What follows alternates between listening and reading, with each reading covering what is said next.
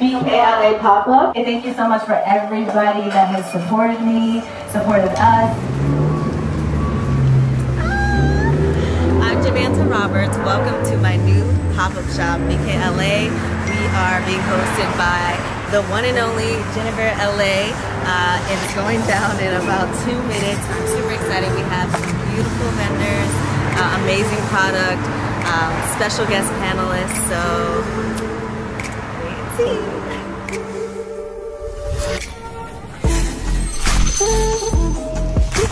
Stand clear of the closing doors, please.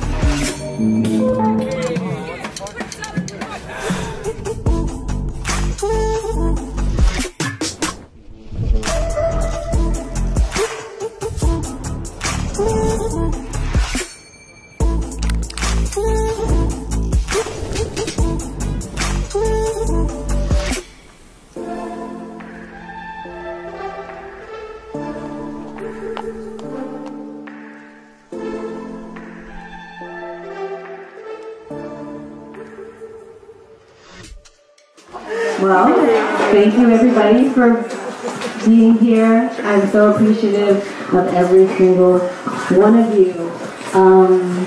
Let's just get started. I would love to introduce the... Hello? This is better.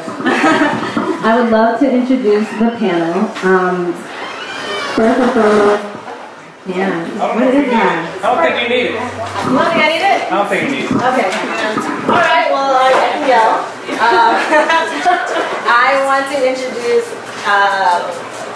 everyone up here. It's so important to me. I thank you so much for doing this. Now, this is my first event I've ever put together in my life.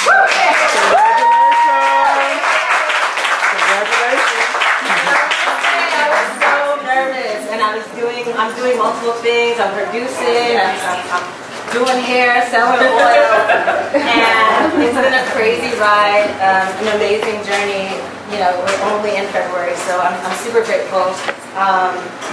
But I wanted to create this because of women like myself that are doing amazing things, that have products on the side, they have their boutiques, they're in the food and beauty space, but they don't necessarily have a storefront or have the opportunity or time to sell their little things on the side, you know. So I think it's really important that we build a community, that we support one another, and these are my ride or dies. And you know, that's not what we click. Yes, we do. You know? And I just think it's so important that we stick together and just support one another. So I want to build this out more. I would love to do one in Brooklyn. I would love to do one in Atlanta.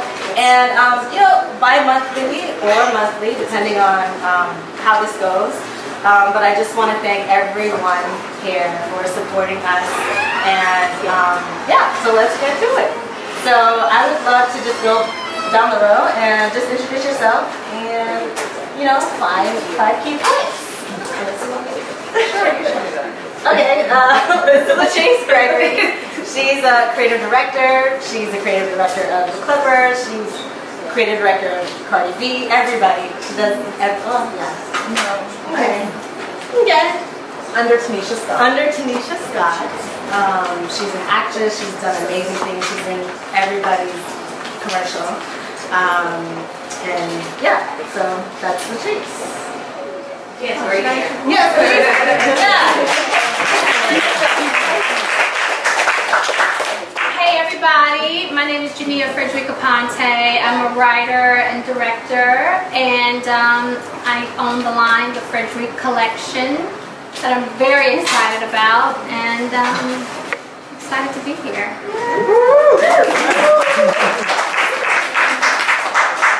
I'll be next. I'm Leah Bostic, and I'm a casting director and associate casting director at LDB Casting.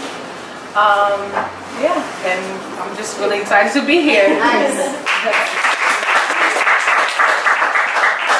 Hi guys, my name is Angela. You can find me everywhere, Angela C. Styles. I am a hairstylist. I work in television and film. I have a studio.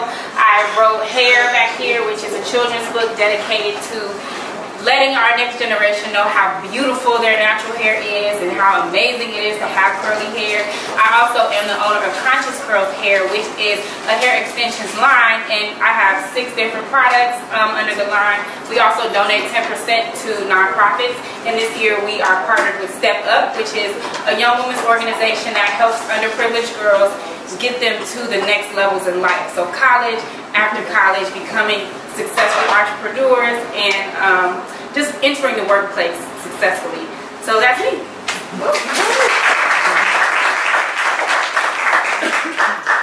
So I think the most important thing for me is balance. Trying to balance life, trying to balance multiple careers. Earlier this year, I literally doing everything. I just choreographed the whole tour for young adults, and now I'm casting, and so I think it's been challenging for me to balance all of these things, and also like finding I guess finding the strength to believe in all of my talents equally. And so I want to just talk to every single one of you and ask you, as a woman that does it all, like, how do you find the time to balance and manage all of the various projects that you have? And we can go that one by one. Sure. It is difficult because you want to be great for everyone, like, that you are working with. You don't want anyone to be shorted because you've taken on so much. So that's one of the things that I struggle with. And I just try to make sure that each place that I'm at in that moment, I am present and I'm not thinking about the next thing or like a personal thing. And I know that it seems overrated and overworked, but like really making sure that you're staying present of like the project that you're working on right then, and preparing for that project before you go into it, so that you're not having to like kind of snowball in thought while you're there, and you're just able to be actively there and participating. And finding like little places for me time, like in the car, I listen to podcasts, or like music that like relaxes and calms me, or I will, you know, talk to a family member or a friend that I haven't talked to in a while, because I also feel like sometimes I'm like, there's days where I'm like, I'm a terrible director, I'm a terrible dancer, I'm a terrible sister and girlfriend, and I'm falling short of everything, but then to just make sure that you remind yourself that you're not, and then just touch home base in those in-between moments when you can gather your thoughts and just kind of like bring it back to here. A lot of what you said I totally agree with. I really try to start my day by not going to my phone first, because there's always a million things that we can be doing. So I try to at least spend the first hour of my waking getting clear, getting centered, you know, prayer, meditation. I try to have that moment, and it's really great when no one is awake in the house. Or if you live alone, obviously that's easy. But for me, everything that I'm involved in, it's just stuff that I love. So whether when I'm working on my collection, every single piece I love, and it's me tapping into my creativity. When I'm writing, that's me tapping into my creativity. Directing, I get to flex all of my muscles all of the time in my craft, because I love interiors, I love costume design, I love all of that. And as a director, I create a world. So I get to feel all of that. So the balance comes from me just following my passion over and over and over again. And then where else am I? I'm passionate about my family, I'm passionate about my husband, I'm passionate about my friends. So as I move, I'm just being myself in every single department. So I think that helps me find, you know, in balance. I think for me it's allowing people to help, you know, because I feel like I want to do everything myself because I know it'll get done how it's supposed to be done. You know what I mean? But allowing and trusting the people you allow to help, you know, for me, it's just, that's a big thing for me. Yeah, I mean, I agree with everything that you guys said, but most days I don't feel like I'm balanced at all. Like, just, you know, some days, because I work with clients, I have to give so much of myself to other people that there isn't a lot of time for me to focus on my book or focus on this or that. And so yes, delegating is one thing, but then also just being kind to yourself and saying, okay, it'll get done later this week. I'm a huge advocate for like making lists. Like I love lists. I live my life that way. And so those check marks, once I cross it off or check it off, I'm like, okay, like yes, you did that. And if I didn't, it's like, all right, I'm gonna get to you tomorrow. You know, and I just try to get to what I can get to as quickly as possible, but also being kind and saying, okay, well, maybe I was a little bit overly ambitious because you can't do that many things in a day, and it's okay.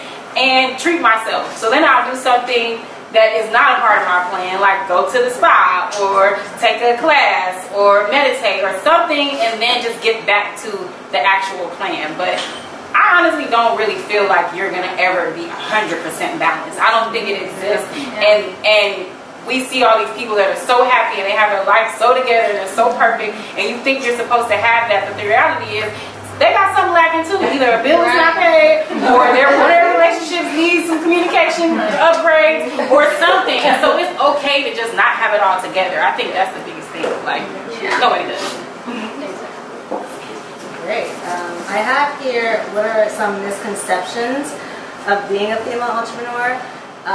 But I think that goes in part with two-part question. What has been your biggest hurdle in any one of your careers? And how did you overcome it? My biggest hurdle is myself. My own mindset of like not always believing in myself, not believing that I am prepared and ready for the moment that comes my way. That has most definitely been my biggest hurdle. Just reminding myself that like all the things I did coming up to this is what prepared me for it, and I am able. Yeah, imposter syndrome is so real, and at every phase of my life, I felt like I don't think they know that I don't really know. But the reality is, I do know, and that's why God put me in that position. And it's like, you know, you kind of just have to realize that everybody else is faking it too most of the time. You know, and so that is definitely probably the biggest obstacle, is just getting over the idea that you're not supposed to be there, and then just focusing on the fact that, well, I'm here, so let me give them the best thing I can give them. But it's challenging, for sure. I think for me is making a name for myself under, you know, my circumstances are a little bit different. My family is in the industry, so just kind of stepping away from them and then, you know, having to prove myself, like, you know. So that's been my biggest hurdle, personally, you know, making a name for myself and proving myself, going the extra mile to show, like, I'm here because I'm supposed to be here, you know. I'm here because I have an eye for talent. I'm here, you know, for the reason that I'm supposed to be here. So. For me, it's definitely been myself, you know, just believing in myself over and over again with every single milestone. I was just telling my friends yesterday, like, it's not a question of getting what you want, it's of being prepared when it shows up. Hello. Because it will show up. But you just have to be prepared for it and say, okay, I'm here, I deserve it, this is working out, good, instead, because sometimes we could push it away, we can become afraid, we could sabotage, but if we just make a decision to get out of the way, like you said, some of the misconceptions is, I was afraid when I started my line, like I was legit like, oh my God, like, what if people don't get it, like, you know, and I just said, just create what you love, like just, you know, pull from pieces that you love and that sort of thing. But it is very frightening, and that we can't let fear stop us. Period. Awesome. And one last question, and then we'll go to Q&A. What are some ways in which we can support one another and really, really build a community amongst us, our people? I think honesty, like allowing their, like being vulnerable with one another, because everyone's trying to walk around being tough and having it all together, and be like, girl, I don't have it all together, and it's cool if you don't too. Let's talk about it, because something that you might have together that I don't, we can share in that, and we can uplift each other in that, as opposed to trying to just put that armor on and be like, nope, I got it, I'm good, like, you good, you know, and not really checking in, not really connecting and talking to one another. I think being a role model for the younger kids, you know what I mean, being a positive example and speaking life into them, letting them know that they can do whatever they put their mind to, you know what I mean, as long as they believe in themselves and they can see where it is that they're trying to get to. Yeah, I would say not being afraid to talk about money. I think that, especially in the Black community, like, we don't talk about money enough, and the people who are really making money, they like talking about money. Like, you know, we have to get comfortable with like sharing, like, what's your credit score, girl? Like, I'm trying to get mine up 50 more points, like, you know, or are you investing in these stocks? Like, what are you investing in? Like, what do you think? Where do you think I should start? Or you have any mutual funds? Or where should I be putting my money for retirement? And we don't have enough of those conversations. We talking about who got a tattoo on their face and who broke up with these kind of things, and they're not helping us become financially equipped and to be successful to pass on to the next generation, to offer opportunities to the younger people. And we still struggling, not having it together in our, 50s, 60s, like, how are we gonna empower anybody? You know, we're still working check to check. So I think that's a huge thing for us as far as support, is being honest, like you guys said, and talking about money so we can help the kids, you know? I would say, like, just take a break from these major designers. Like, if we want to help each other, like, my startup was really the price of a bag. You know what I'm saying? Like, not that we needed proof, but I know for a fact Gucci, Louis, they don't really care about us. They know that we love their product and it feels good. Like, I definitely had my moment, and I'm not getting rid of my pieces that I still have. But I made a decision that I wasn't going to buy any more of those. But now I get to support. These glasses come from my girl's line right over there. I had $400 sunglasses. Some of them I lost, but let's just start by buying and supporting from Black and brown people, and just say, just give me a good leather bag. And maybe just for a moment, just when you take a break from needing the labels or needing that to define you, it clears a space in your brain, I promise. And we can start to support each other. That's what Jewish people are doing over and over and over again. And they've made a decision, like, I'm gonna buy from you, I'm gonna buy from you, I'm gonna buy from you, oh, I'm gonna get this from you too. That's what we need to do more of on a regular basis, just supporting each other. Yeah. I agree. Yeah. Okay, so I want to extend the Q&A portion. Does anyone have any questions for any one of us on this panel? I do, actually. So when you first started your businesses, what guidance or what directions did you go to as far as getting the legalities of it, like the LLC, if you have that, or the partnership, or whatever branding or trademark that you needed to do? Did you do that? And if so, how can you steer any of us who may have ideas to create our own businesses? Well, for the oils and also my production company, I just went online and I registered with the state. I think you can use LegalZoom and other services, and that's kind of how I got started. And then, I mean, this is like, I asked her for everything. So literally, like, I'm like, what should I do? I just call her, but she just call me. She knows everything. No, but that's how I started. So, this is a soft launch, and I just Googled and went online, but this is another way. Now you have all of us. I hope that I encourage everybody in this room that if you don't know the person to the left or the right of you, please, let's get together and really, really support one another and communicate and help one another. Oh, I wanted to touch on that too. So my attorney puts together like business startup packages. If you're interested, I can give it to you. It's already tailored, and then she just talks to you about what your specific needs are.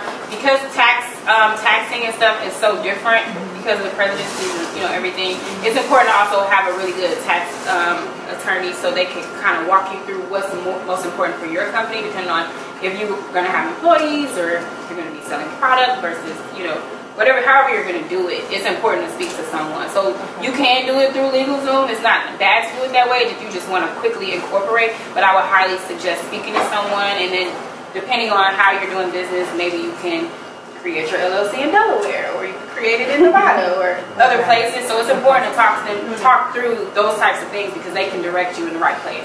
But I can give you my attorney's specific information because it's all tailored, and you can really make sure you understand what to do. Thank you. But don't let the red tape scare you. Because sometimes it makes you say, oh my God, this is complicated. Honestly, if you're making less than $40,000, don't register for an LLC because you have to pay the government. You have to pay the state $800. I do bookkeeping. Just start. Just do it. Just start. I'm a business manager, bookkeeper, so if y'all want to talk to me, or don't do it in LA. Or don't do it in Somewhere other than LA. There's Wyoming. Wyoming is the best place right now. Oh, okay. Okay, I love this. Yeah, and I wanted to add to that too. You can actually do the paperwork yourself, start your LLCs or your corporations yourself.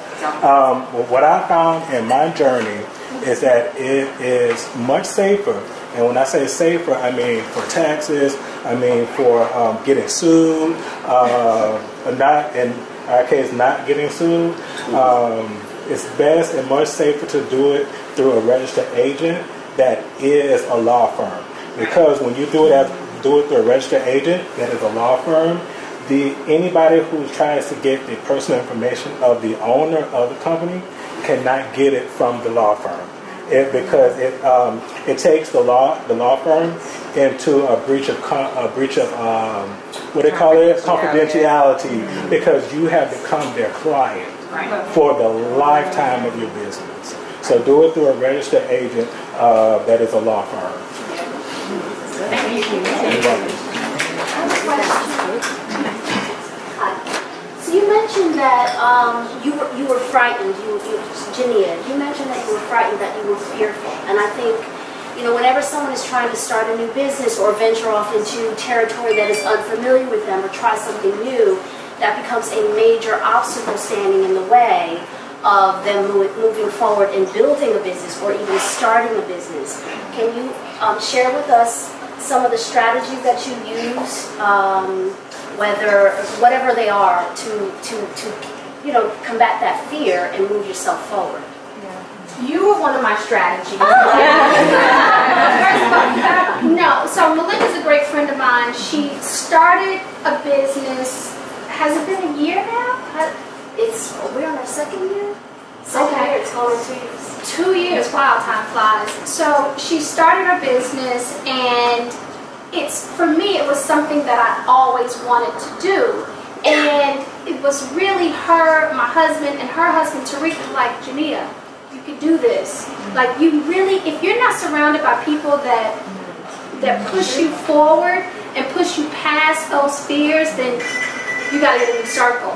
But they were like, Jania, you got this, you can do this. And every time I felt afraid, she would like walk me through processes or say, listen, you got this, calm down. And I was scared. I was scared the whole way through. So I'm like, oh my God. But I just did something else every single day. And I'm not even technologically savvy, but I was creating my website on my own. It felt really good. Like, I didn't really have any help in the beginning. But I just did a little bit. And sometimes I would be on a button for 3 hours, like, just close the computer, come back tomorrow. But it was really just taking just keep going, just to keep going through that fear. And let me tell you something, you better be praying.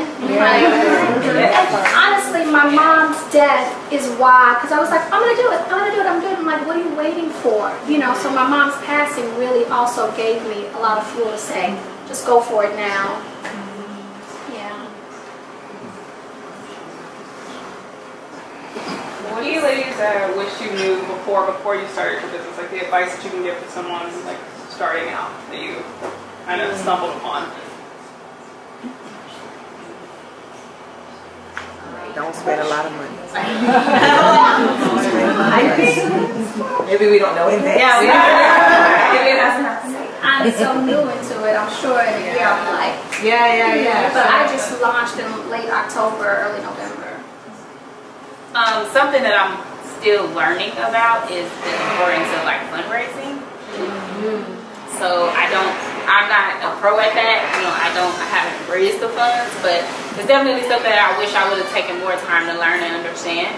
And pitching, like knowing how to pitch yourself, your product, like whether you're talking to 2 people or 200 people, being confident in what you sell, what you have, to the point that when people listen to what you have to say, it's undeniable and they retain it.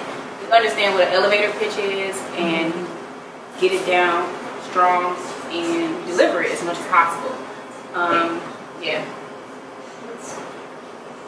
I think overcoming fear. Like I was like Janita, like I was so terrified even to do this. And don't listen to people, because people would like people will tell you can't do something, and I'm like, watch me do it. So I think just that alone has helped me in my business. Just staying focused, keeping your loved ones around you, your people that are encouraging you and uplifting you, and just that erase that fear. So I was terrified. That's it. Can somebody speak to staying focused on your vision, because there's so much else going out, there's so much chatter, so much noise, everybody's an expert in how you should, execute your vision. Can you speak to that? Somebody? Yeah. Somebody? That's close to my soul. So I'm from Chicago, born and raised. So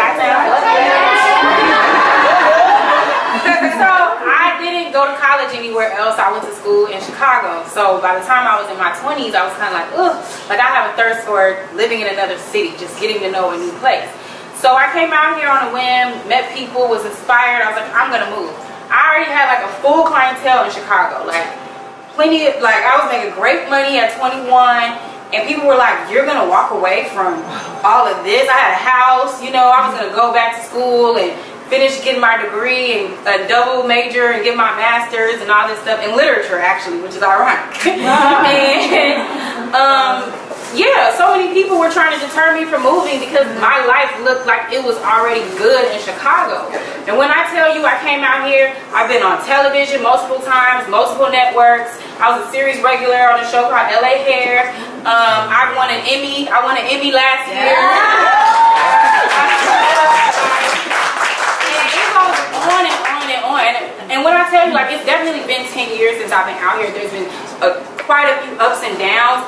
But people will always try to tell you what you shouldn't do because they're too afraid to follow their dreams. And they'll try to stifle yours and get you to a place where you're supposed to be content. But if you're not content, push through and find your tribe. Find your people who are going to encourage you. Find your people online. Because when I first started, Instagram wasn't popping. Like, Twitter was kind of cool, but now you can find your tribe online. So if you don't see them, you can find them. So there's no excuse as to why you shouldn't fulfill your dreams and your purpose. And even if you're not quite sure, just walk in the direction that feels good, and I guarantee you, you will find what you were supposed to be doing and why.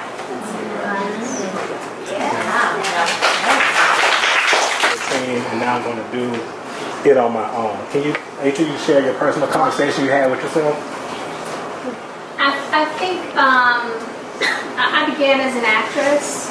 And then when I moved to the other side of the camera, it's still very similar in that it's a collaboration. Like you can't do what you're doing. It won't happen without a team, and every moving part is important. So to come from that mind state and realize that you do have to incorporate help, support, you just have to pray for discernment. And know who you're pulling in, because some people, you could be working with somebody that's resentful or jealous, or they don't really like y'all. So you just have to be discerning in, pulling in people, but you just have to know that help is so vital and needed, like you were saying, like you really hit it on the head. You have to be able to trust people just to help out. It's interesting that you use the word discernment, because I was thinking about the last question. That's kind of one of the ways in which I overcame the hurdles that I hat as well. And it's like trusting that, I believe that I'm divinely guided. It's trusting that inner source, and if it doesn't feel good, there's a reason for it. Like there's a reason sometimes it doesn't feel good because it's fear, and you know to ignore that lie. There's also a reason that's telling you that's not it, that person's not it, move this way, move that way, and I just make sure that I am really in tune with that voice, and that I trust that. Even if it's just a small inkling, I trust it, because I know that that's God speaking to me, most definitely. I think for me, like I said, it was hard for me at first to allow people to help. I wanted people to think that I could do everything by myself, you know what I mean, based off of the circumstances of how I got into the business, you know what I mean, being overshadowed, you know, by family and stuff, because we're in the business. So I think for me, just realizing like, you cannot do everything. Like you can't. It's impossible to do everything by yourself. Literally, like it's impossible. You know. So it was just literally like one day I woke up, it was like that. And it wasn't like a step. I'm just like, you're crazy. You can't do this by yourself. Like there's no way. So that's how it happened for me. It wasn't really like you know. And then once I did, it felt good. You know, it felt good. It felt good to have some of that pressure. You know. And just to be able to trust somebody else with responsibility, you know what I mean? Yeah, I would say the same. My field is like physically grueling, so standing up or going from a set to trying to do somebody else, and you know, it's physically hard. So I think after a certain point, it was like, well, I can't do social media and this, and you know, and so it was just like, come on, Ange, like, what are you doing? Like, stop, find somebody for that, you know? So now I just try to focus on whoever has strength in a certain area. Let me use you, and I can focus on what I can do, you know? And it just makes life easier, and it makes you look better. Like, if you're able to delegate correctly, then you look like the CEO that you are, you know? That's like, don't be afraid to delegate, and let the people underneath you will be better than you. You kind of want them to be. Yeah. Like I want them to have the strengths that I don't have, so that, like, you're right, it's going to glorify your name, you know, like it's going to make you look better, that you have built this incredible team underneath you, and that it runs so efficiently. Absolutely.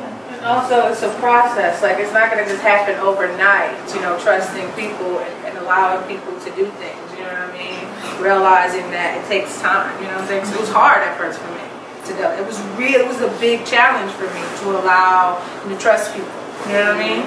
Yeah. You know, and then also making sure you find people that you mesh well with. You know what I mean? Because that's also a big thing. If you got somebody who's not really good with taking direction, you know what I mean? Or, you know, that's not going to work. You know what I mean? Or doesn't like to be told what to do.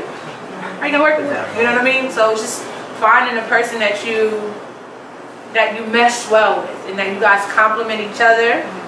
And each other, you know, where one person lacks, this person is actually more strength. Like I have, right now I would say I have like one of the best partners, you know what I mean? Like where I don't like doing paperwork per se, you know what I'm saying? But she's like so good with that, you know what I mean? I'm more like hands-on with the actors and, you know, talking to the agents and talk, you know what I mean? So yeah, and I could do that stuff. I had to do it before, you know what I mean? But it's just like she doesn't mind, you know what I'm saying? She likes that aspect of it, you know what I mean? So we go like perfect together, you know what I mean? Yeah, like my husband and I, we have a production company together, and he literally can do almost everything. But together we use intuition to hire people. And it's, you know, and we'll look at each other after we like, wow, that was a smart move. You know, so you have to use intuition when you're hiring somebody, like she said, that can get the job done better than you would have ever expected, because it does make you look better. That's our time, though. Thank you, Angela. Thank you, Leah.